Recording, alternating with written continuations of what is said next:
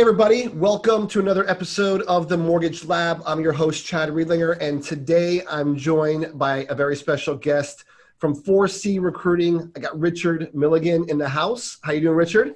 I'm good, Chad. I'm good. Thanks for having me on. No problem. So for those of you, a lot of you probably know Richard if you're branch managers or regional managers, because Richard is a beast on LinkedIn and on social media. But I just want to give Richard a quick plug before we get started. So I've had a lot of coaches, and I don't mean to offend anybody else who's watching this, but I've had a lot of coaches in this industry.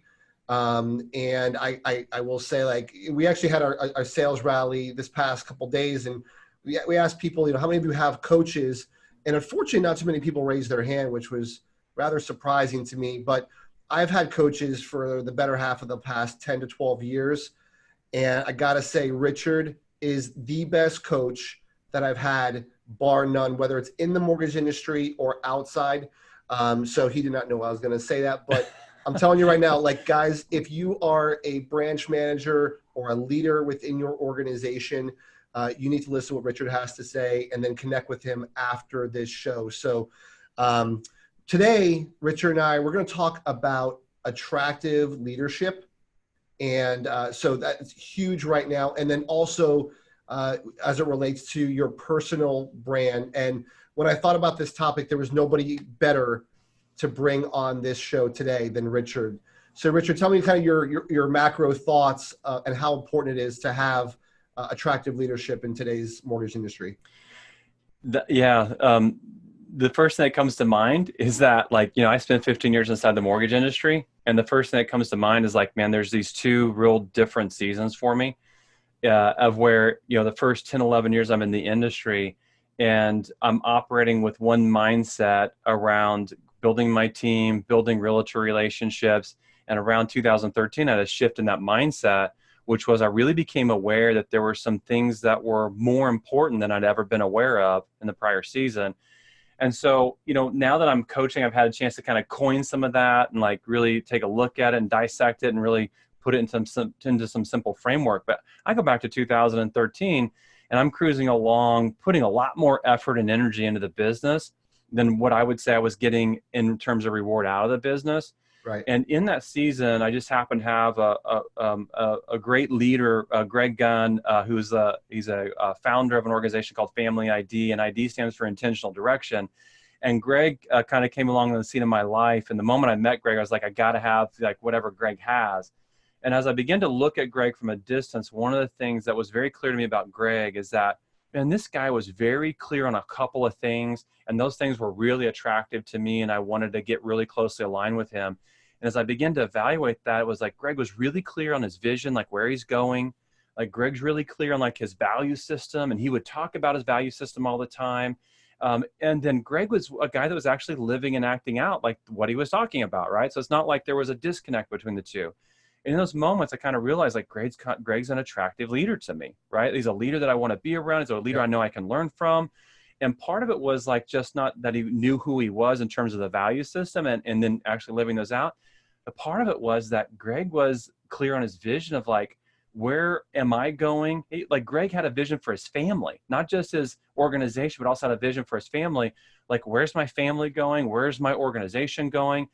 And in that season, I kind of had this revelation, at a business level where it's I kind of have some goals. I've established some goals for the year and I kind of have an idea of what I want to achieve.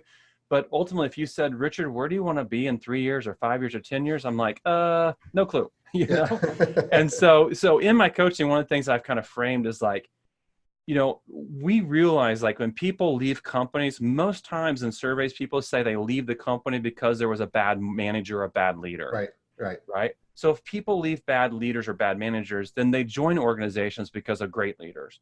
Right. And so the leader has to be really clear on who they are and has to be able to articulate that to people. So, I think that attractive leader framework for me is it's someone who's really clear on where we're going and how I'm going to get there. I'm really crystal clear and able to explain to you why my values are my values, what those are in simple framework.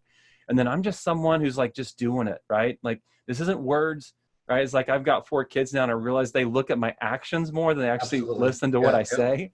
Yep. And so it's like, if there's a disconnect, if I say, don't yell at your mother, and it's like, well, you yell at mom all the time, dad. Like if there's a disconnect, by the Yeah. way, I don't, but Yep. if there's a disconnect there, it's like, it almost gives them permission to do, whatever it is that dad's doing. So as leaders, we got to understand that, like, where there's a disconnect between what we say we are and who we are, it's hard for people to move towards us. It's hard for people to stay with us. And so attractive leadership, I think for every leader, is where they really have to start, is like, what's your plan? Where are you going to go? What are your core values? And you got to be able to articulate those. And then you just simply live that part out. When I first came across you, on LinkedIn, and I joined one of your webinars, it was that definitely is what, I gravitated towards. Was, you shared your personal story, you shared your core values, and you either, from that perspective, people are either going to lean in or not, but you're attracting like-minded people. And when you were talking a lot about attractive leadership, and a lot about how adding value to people, and attraction through just putting good stuff out there versus just promoting yourself as the hero. And what I realized was, like, that's what I didn't really phrase it that way, but that's what I've been doing for 20 years in this industry. When I was talking to realtors, it was like, hey, let me help you. Here's what I'm all about. Let me help you grow your business. Let me give. And then I heard, and about a year ago, I took a different role within my organization, and and then everything that you were saying, I was able to refocus towards talent acquisition and attracting the right people towards our organization. But you talk a lot about amazing systems to be able to scale that voice, and that's what I never had before. Yeah. Well, and you bring up a lot of good points there. One of the things that we're up against in this industry, and I don't know that it's different in any industry. So, but we're talking about the mortgage industry right now. One of the things we're up against in this industry is that there's like 70,000 recruiters in the industry, right? So it's the equivalency of me walking into a gym full of people, and all 70,000 people are already yelling, and there's one person we're yelling at, and I'm the 70th and first person yelling. Right. And it's like, we're all saying the same things. Are you open to new opportunity? Are you happy where you're at? Right. And that becomes the voice that everyone is using.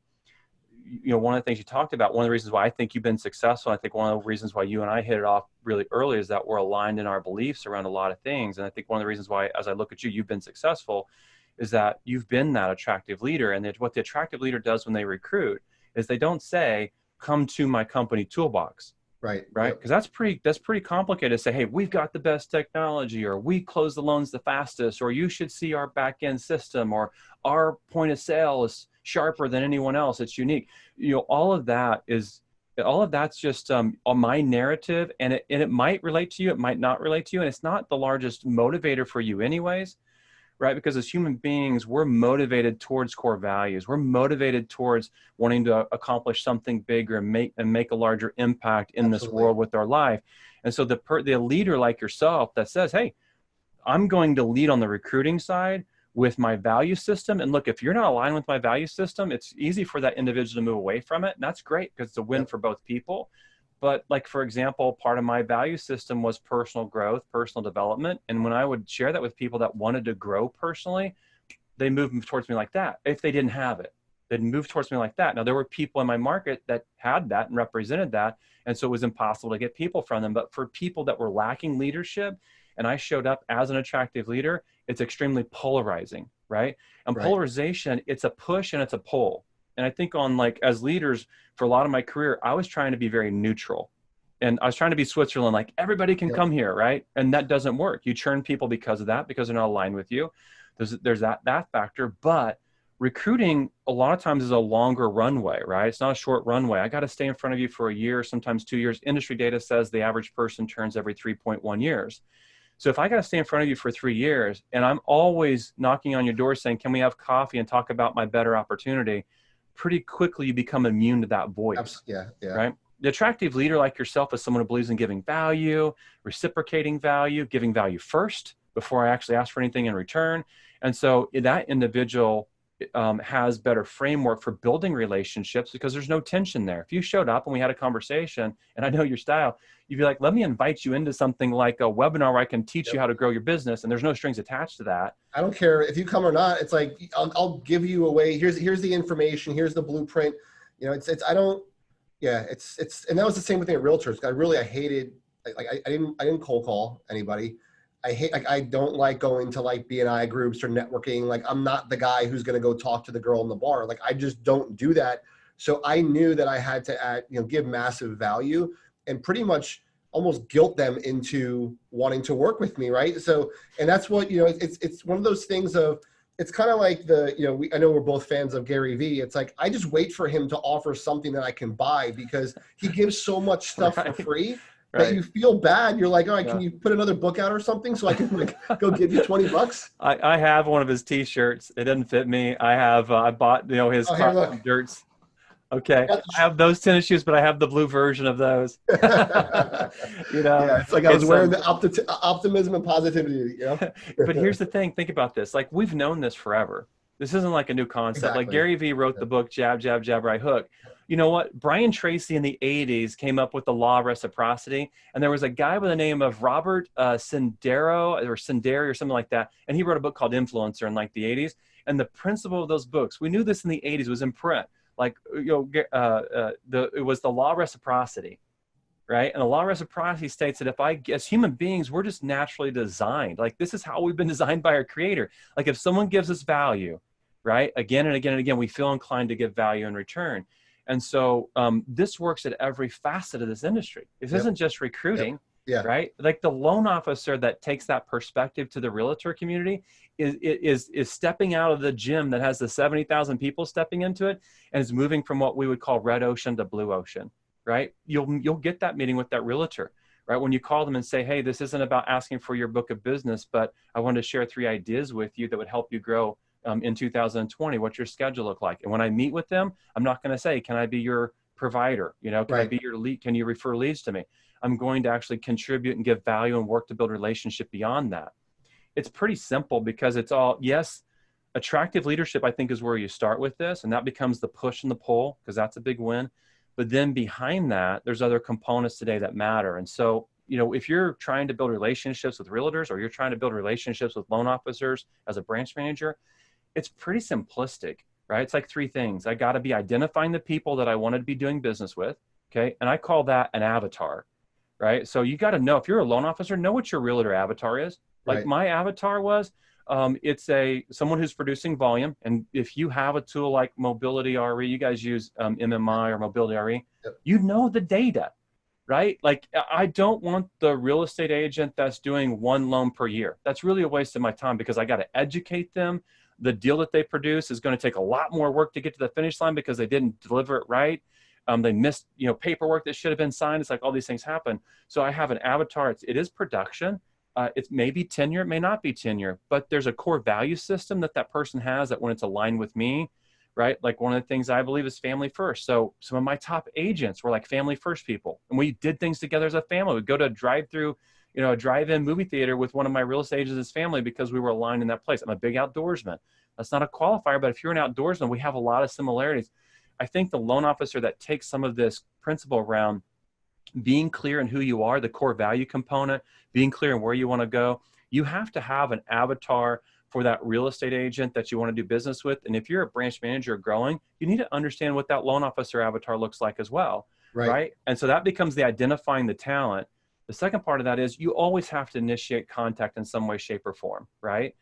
And so some of this has changed now, because I could go back 5 years ago, or go back a decade ago. Facebook took over MySpace, which is kind of funny to think about, in 2009. So it's been like, we're in our 11th year now. It's crazy how fast everything's changing. Yeah. Right. Yep. We're in our 11th year of maturity in social media, right? And so in that second part today, there's been a big shift where it's like, we used to always have to pick up the phone to make contact, right? Now today, you can be extremely visible in your community by actually being active in social media. And so you no longer have permission to not have a social brand of sorts out there whether you're a branch manager who's not producing because you need that with the loan officers that you're going to recruit, whether you're a loan officer that's looking to grow in the realtor community, you got to have a social brand. That visibility component a lot of times becomes how contact gets initiated today.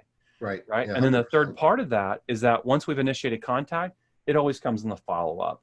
Right. And it's not me following up saying, Chad, can you do business with me? Can I have your next deal? The follow-up becomes value oriented. Like, how do I bring value to you? I could go to Dave Savage's Mortgage Coach channel on YouTube where there's 1,500 stinking videos, which is crazy to think.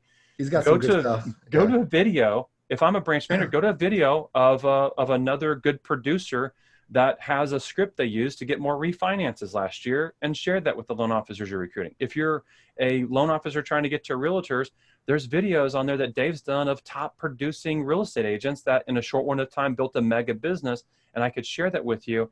And so you can figure out creatively how to follow up with people and give value to where I'm not always showing up and going, are you happy now? Are you interested now? I laugh because like early in my sales career, I read a Forbes article and there was a guy in Times Square that was making like $200,000 a year. And his sales pitch was, and he was selling these little Times Square pins that said, I've been to Times Square. And he was selling for $1. So this guy was like selling like hundreds of thousands of these a year in Times Square, just handing them out for $1. But his sales pitch was, do you want to buy? Do you want to buy? Do you want to buy? And I think that defines a lot of loan officers. I think that defines a lot of branch managers or leaders in this industry that are trying to recruit. We show up and we think the only thing we need to be asking is, are you happy where you're at? Are you interested in making a move? And that becomes, do you want to buy? The person who gets creative in that, in the social space and just understanding the larger principles around just who you need, how you need to brand yourself is the one I think in this season wins at scale. But you know, and here's the thing, and I don't know if I've really talked about this before, but, and then again, just, you know, we just came out of our Ignite 2020 sales rally, and, you know, and here's really where you throw the gauntlet down. It's hard to be the person that's always adding value, right? Like you've probably just rattled off 3 or 4 books in the first, 5 minutes of us doing this, and then referencing articles that you've read. Like, this stuff doesn't happen by accident. And I personally believe whether you're recruiting, whether you're going out, talking to consumers, whether you're talking to realtors, it's easier to just say, what's wrong with your company? And, that's not wrong here. That's easy to say, right? You scratch the itch of whatever it is, that's the problem. But the reality of it is, like, if you're going to go add value, you're going to build a personal brand. Like, there's real work that, I can't tell you how many books I've read, podcasts I've listened to, videos I've watched, all different mastermind groups that I pay a lot of money to be part of, to learn that value. It's hard. Like, I think sometimes like we don't talk about it enough. Like, we talk about, just add value. But I could tell you that 90% of the people that are out there can't add value because they don't take the time to go absorb all this stuff and learn that realtor's craft more than they know it. It's funny you say that. I posted something recently, so this is a relative top of mind. As I was coming into the new year, I was like, what things do I need to actually get more focused on and what things do I need to give up? And so I was just doing some research around this, and I got into some things like how many people listen to the radio on their way to work? 97% of Americans do. Only 3% don't. What's the average commute? 45 minutes one way, right? And so if I'm listening to radio for an hour and a half every single day and I'm not capturing that time, I missed out on that opportunity where I can actually grow myself to a place where I can be a contributor, right? That's just one. Think about this. The average American today watches 3 hours and 58 minutes of TV per day. I'm not even home for 4 hours a day. My mind just, I imploded. Like, how do you manage 4 hours of TV per day? How's that possible? Yeah. I have no clue. But then you go to social media and that becomes like the next big thing. We've always had radio and TV, and now social media becomes a larger dominator, where just even last year, the amount of time people spend on social media has doubled in 1 year from 2018 to 2019. So I just sat down and I said, what's the average consumer, the average person? If you want to be average, what are they doing and what are they missing on? And I began to multiply those things out, and people are investing more time, right, in TV and in radio and in social media than they're actually investing into their career today. Right? That just blew my mind when I came up with those numbers. And so you're right. It is hard. It means that I have to live a bit sacrificially and less self-serving. Right. Look, I'm a huge NBA fan. I love watching my Thunder play, but 82 games and the average game is about 2.5 to 3 hours. That's a little too much, right? And so I've got to make sure that I'm not just moving towards things that are actually status quo or normal in society if I'm going to be that person that's going to be unique and different in my market. So it gets pretty easy, right? Like the average book that I listen to on any platform is around 6 to 6.5 hours. Right. And so when I tell people I read or really I listen to a book a week, they go, I have no clue how you carve the time out. I didn't watch my 4 hours of TV one evening and I gave up radio one morning. How's that, right? I really covered my entire book right there. So you do have to be a bit of a unicorn and not settle for what's normal, right? If you're going to be that contributor. Right. And so this, as I started my new year, I was asking myself that question: where can I capture time to actually continue to grow and innovate myself? Yeah, it's funny that you're always, and I'm doing the same thing. You're constantly looking for that little extra time or the little extra edge that you can give yourself. I was listening to there's another Gary Vee thing. He was talking about how, like, obviously he's a big fan of the Jets, but he's like, and I thought about this because I don't get involved in any other sports anymore because, like, to your point, like I'm a huge Florida State fan, so I watch every Florida State game. I'll dedicate those 4 hours on those 12 or 13 Saturdays per year. But other than that, like, yeah, I could be into the Dolphins, but I'm like, you know what? I can't give up my Saturdays and my Sundays. It's my family time. And then it's like, oh, you got the Miami Heat. They're having a great season. I can watch those games, but I'm like, I really can't. So it's kind of like sometimes almost by default, I think I just went into one thing that was like one day a week because I'm like, that way I can kind of escape my crazy mental, turn off my mind for like 4 hours at least for the week. But it's funny that you say it because it's like, yeah, it's just where you're choosing to spend that time and what you're choosing to consume. Like I literally have to force myself sometimes to just put on like Pandora or Spotify just to like listen to some music because I'm so engulfed in audiobooks now and in podcasts that I'm like, I almost feel like I owe it to myself for like 15 minutes just to like listen to some mindless music, like just to be able to like, stop for a second. Right. Here's part of our big challenge in this. I feel some of the tension in this because I see most industries are going through some pretty dramatic change right now with technology, right? How artificial intelligence is influencing machine learning. The next 10 years is going to be some pretty massive change in every industry because of that. Some of the big challenges in this is if I'm going to be like a golden unicorn in my market, I'm going to be that contributor, that person that's delivering value. I'm going to have to give some things up. I don't have to give up everything. I mean, I got 4 kids. I love the outdoors, and so I'm real intentional at that time. But I'm going to have to give some things up to be different.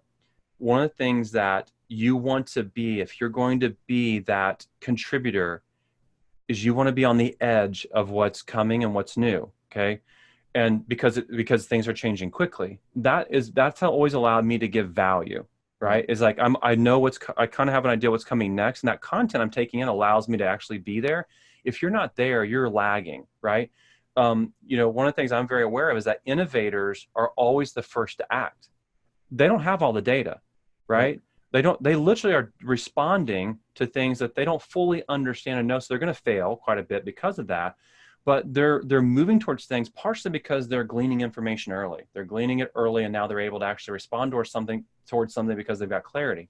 The challenge for leaders, and this is even for loan officers, right, is that we don't have a choice in this next season of business but to become innovators or die, right? Like we've seen business kind of incrementally grow like this, and all of a sudden you see business do this. It's been turned on its head, and everything that happens now is going straight up. I heard someone recently say that what we accomplish in 1 year is the equivalent of what we have accomplished in the prior 200 years now. That just hurts my head, right? To even contemplate that. So as leaders and also builders of small businesses, which is what loan officers are, you're going to have to be on the leading edge of this. And the only way you get there is if you're actually taking in content, right? That's the only way you're going to get there is if you're taking in content. So one of the things that I do in this, Chad, is like, I kind of know who's ahead of me, right? There's some major influencers. So for example, Ed Milet, he's the fastest growing influencer in social media right now. Okay. I know that. I'm following Ed Milet. Gary Vee is on the edge, and one of the great things about Gary Vee is he just gives his stuff away. If you can tolerate the F-bombs, right, he gives his stuff away, and that's great, right? John Maxwell, for me, has been a voice that I've had, strong leadership voice. I've read all of his books. I follow him closely, been to events with John Maxwell. In this noise and in this need to actually be on the edge of change and to do some things differently, uniquely, to bring value, I do think that you've got to be conscientious of like what voices you allow into what you're doing, because everybody's got a good book that you should read. And I could give you 10 of those right now, right? But the problem with that is that those are good books for me. What's the good book for you, right? I think that every loan officer and every branch manager, every leader in the mortgage industry needs to look at their own personal brand, right? Social's such a big part of this. On the recruiting side, we know that only 1 out of 4 recruits is now moving through direct solicitation. Most people don't even know that data point. So if you don't know the data point, how are you going to even respond? That's lagging data. That's been going on for 3 years, right? And I've seen companies hire triple, quadruple. I mean, one company I know that went from 3 to 27 internal recruiters. That's flat in terms of growth, right? You'd think inside some of that, you would go, there's something that's changed. Right. So the social component becomes a really big component, but you might not know that because you're not on the edge of innovation and really trying to listen to some people that are ahead of you on the path. So all this kind of comes full circle to, like, I think people having a limited number of people that you allow to have a voice into your world is important, to limit the noise. We're drowning in noise while starving for wisdom. Figure out where you're going to get the wisdom from and then shut off the other voices so you can get hyper-focused. But as part of that, what they have to be aware of is that your social brand matters more today than it's ever mattered in the history of the planet. And it's 100%. Not changing. 10 years from now, it's going to matter even more. So you either become a dinosaur or you innovate around that component. And so that's a big problem that people have to solve, is all of this that we're talking about. And we know, at a more macro level, we know that our industry is under attack. I mean, people have come out and flat out said it. I can't remember the gentleman's name. I don't know if it's from Zillow or not, but basically, like, they want to put us out of business, right? So I don't know any loan officers that are going to spend $1 billion a year in advertising. So, it's like these fintech companies, they're not going to go away, right? They're going to continue, but they're transactional, right? So they just want the transaction, but we need to be the first one that they think of. So whether it's from a recruiting perspective, you need to be the first one that a loan officer thinks of when they are thinking about making a change. Or if you're a loan officer and you're going after the consumer, you need to be the first person, or same for realtor, that they think of when they have a need arise. And the only way you do that is by consistently putting out your personal brand, and really also putting out, like, I follow Richard on social media, so I know that he's big into hunting and he's big into family time and he's big into the Oklahoma City Thunder. Like, I can get that from just scrolling down his Facebook feed. So it's really important that we spend that time developing our personal brand, because the only way we're going to win in any landscape is to have that little part of that mind share, because, the rocket company or whatever, they're not going away. They're only getting bigger. I think I saw they just put some kind of thing with the Super Bowl for like the next 4 or 5 years. They're like sponsoring that. So it's like, it's our jobs are going to continue to get harder and harder. And I don't know how many people out here still use travel agents, but like, I don't know, 10 years ago, there was a travel agency literally on every corner. And now how many of us use travel agents, right? So like we have to, or stockbrokers, who knows a stockbroker, right? They morphed into financial advisors, and then now it's just changing. So if we don't change with the landscape, to your point, Richard, like, we're gonna be dinosaurs and be left in the dust. So now for somebody who's listening to this and hearing, hey, personal brand, where would you have them start in executing that strategy of how do I build a personal brand? We follow, it's a cheat on our brand, so it's partially branding, but we just said, one of the things we always want to do is oversimplify things for people so they've got good framework that they can remember. Our coaching curriculum here is called Recruiting Made Simple. We want to oversimplify things. So here's what we did. We said, we think that there's 4 C's, and we're 4C recruiting, but there's 4 C's that you need to understand, that if you understand those, that you'll win, right? So the first part of this is connections matter. Right? Like, I can't influence you if we're not connected. That seems pretty obvious, but sometimes we don't. When you start looking at connections, I can go to LinkedIn and I can see a lot of people that have I mean, we recently took over managing a CEO's profile on LinkedIn. He had 383 connections. He's the CEO of a really large organization, and he's got 383 connections. So connections do matter, right? Because I can't influence you unless we're connected. Absolutely. Why the connections matter is this, because the second C that you have to do is content. Content really matters. Now, we can talk about some of the framework of what's good content, but content matters. And the reason why connections matters is because, like, I can't influence you, or I can't become visible to you with my content unless we're connected, right? And my creating content's silly if I don't have connections, because no one's going to see it. So the two go hand in hand. The struggle that I see most people have is consistency in the content. And so you've got to have a really big commitment to content. You really got to have a larger content strategy that's simple, that you can follow, right? But content is the second C. The third C of that is you got to communicate to people as though you're communicating to an audience of one, right? It's like, if you like my post, I should probably engage with you. If you comment on something, I should comment back, right? That's one-to-one engagement.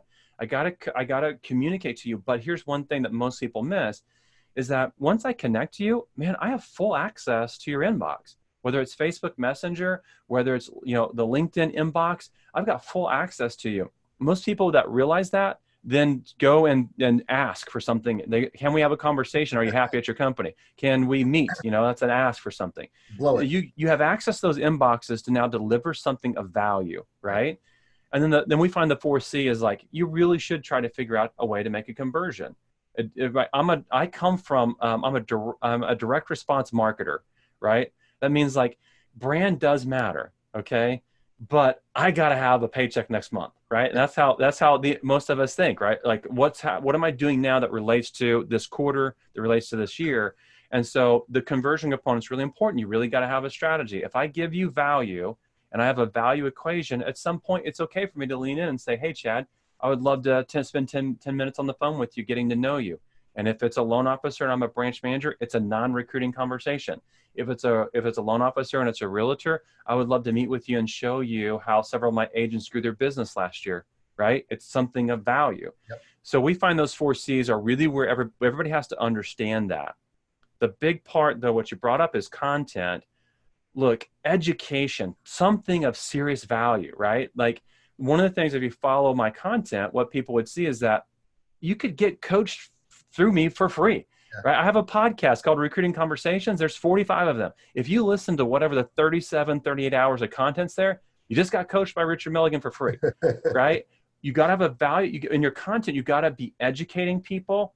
And if you're a loan officer, it means you're educating your consumers. You're educating your realtors. I'm giving away the best content. And then it goes back to, how can you deliver things of value if you're not growing yourself? And it goes back to some of the things you and I have already talked about. Yeah. You've got to invest in you and evolve you, because what I found is that we're not reservoirs, right? The thing is, like, you could go back 10 years ago, and 20 years ago, I think a great leader could have had 3 simple ideas and been a successful leader, right? That is not the case today, right? We are ultimately sieves, or we're not reservoirs, we're streams. Things flow to us and through us. How can I bring Chad Reidlinger value? It's because I got to be a step ahead of Chad in the area of recruiting, right? So that's a big challenge for me. And so if I don't take on that challenge, you have no use for me pretty soon, right? Yeah. You'll find someone else that you can get value from. So I think the loan officer has to consider that. Like, how can I educate real estate agents on building their business, on finding the consumer, on improving, how they go about life in general? Like, I can educate people on that. And so the content for me always starts with education. And I've been reading a lot about that as well. And where, let's say you go to online lead gen as a drastic example, what they're finding is, if you're a loan officer and you want to generate leads, it's all about that education, but not even like they're even taking it a step back even more so and getting higher conversions, meaning, so instead of me educating on the home buying process, right? And so that's tied directly into what I'm looking to get out of this conversation. They're even going a step further back now of saying, hey, I'm going to do a webinar on credit repair, right? I'm going to do a webinar on how to increase your credit score 30 points in the next 30 days, or whatever that might be. Or here's how to eliminate your debt, in preparation of buying a home. So they're even going further back in the education process, realizing this is going to be a long cycle time. Like, this isn't going to be, anybody who thinks they're going to go online lead gen and start closing loans 30 days from now has never done online lead gen. So like, it's a whole process, and they're finding that they're going deeper down that rabbit hole of educating even further out than just what's tied to your industry. It's educating on credit. It's educating on different apps that you can track your credit score and increase your credit score. It's, apps like Clarity. Where's your money going? Where you're spending money on? Like, it's things like that a lot of people wouldn't think to train on, but that's what's going to build the know, like, and trust factor. Wow, they helped me with an app and showed me how to save money. And that's like, they didn't talk about mortgages. Yep. Right. That's the secret sauce. It's not like, hey, let me do a home buyer workshop. I'm not like, poo-pooing on home buyer workshops. I'm just saying, like, there's other ways to give value where they're not thinking, oh, they're giving me just to get something back. It's like, it's an easy thing to see right through. Yep.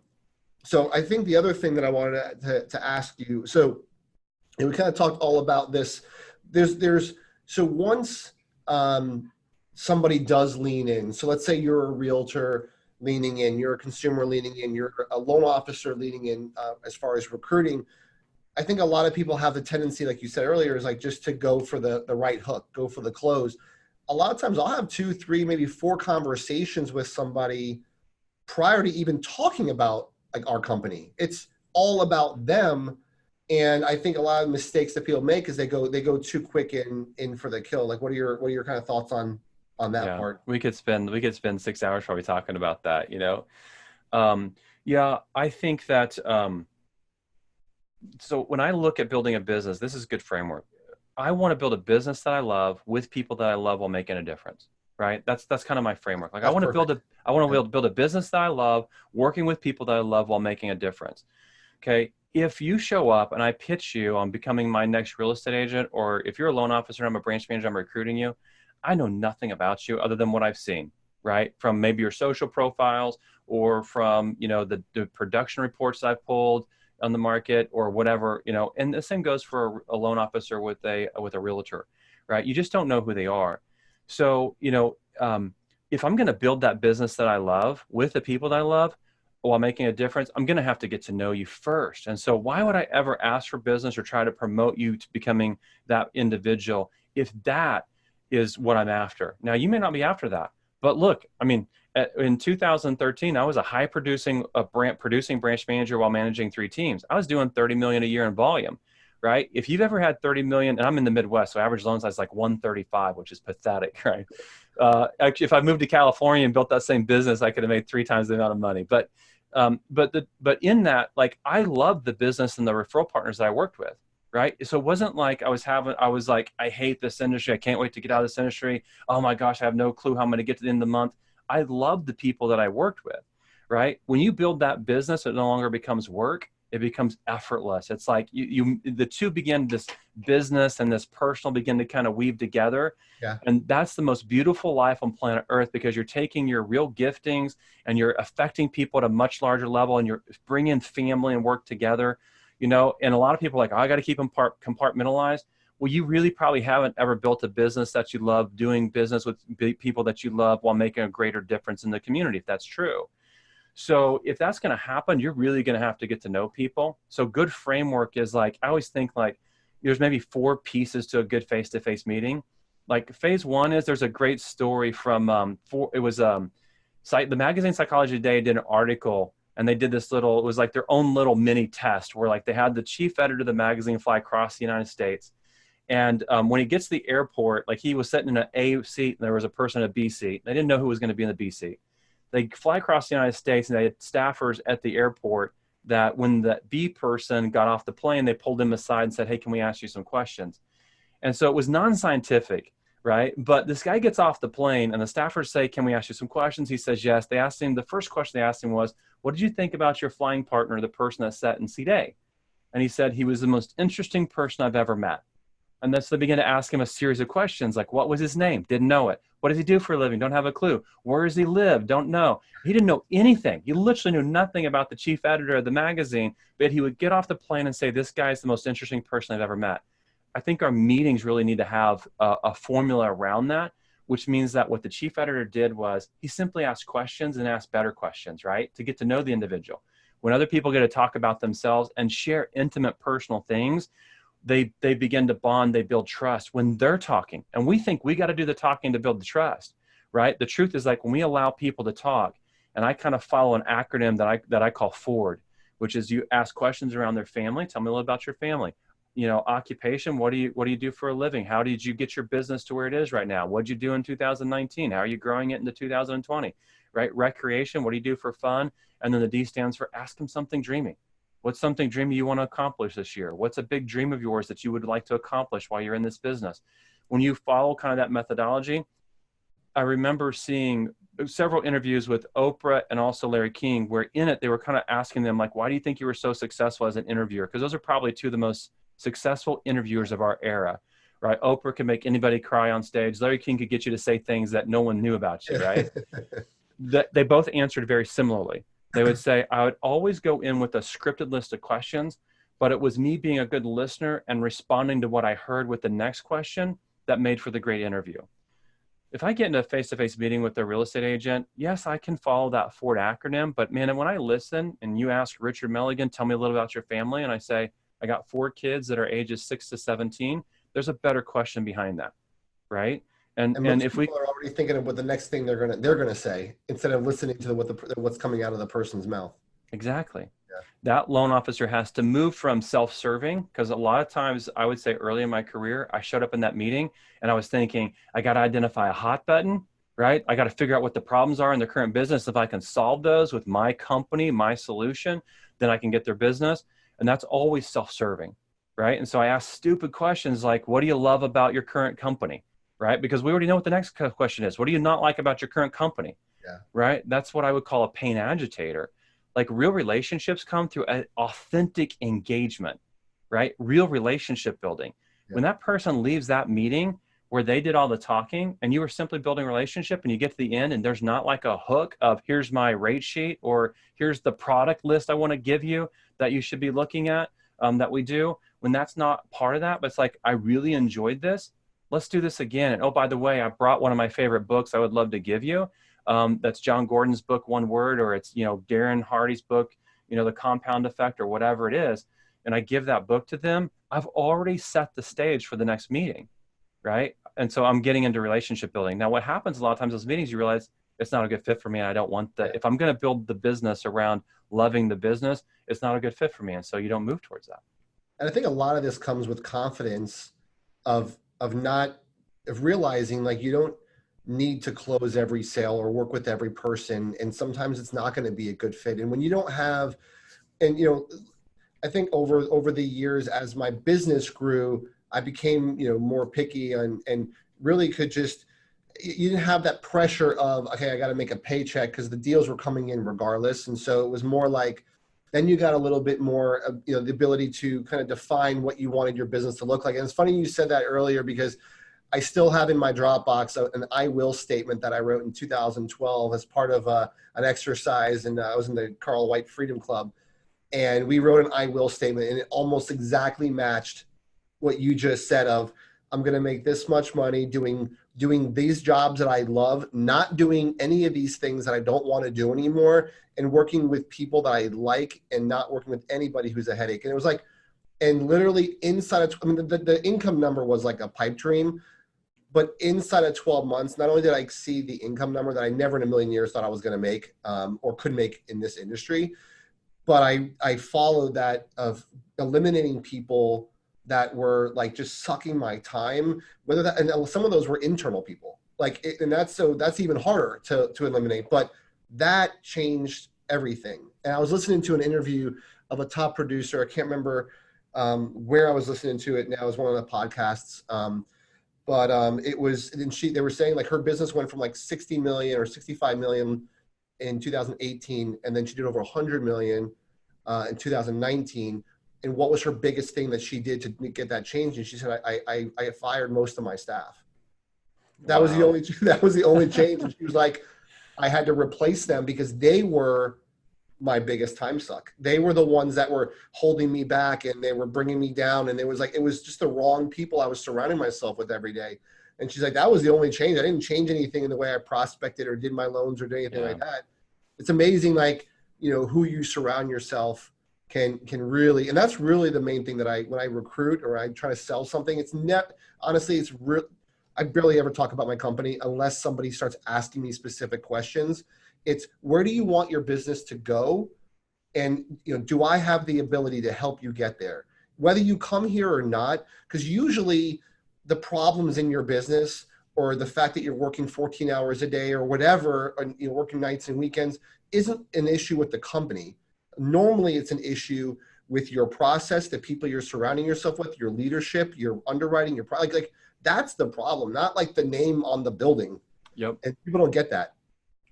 Yeah. Yeah. So I want to be respectful of your time, Richard. Like it's I know we could do this all day, right, Chad?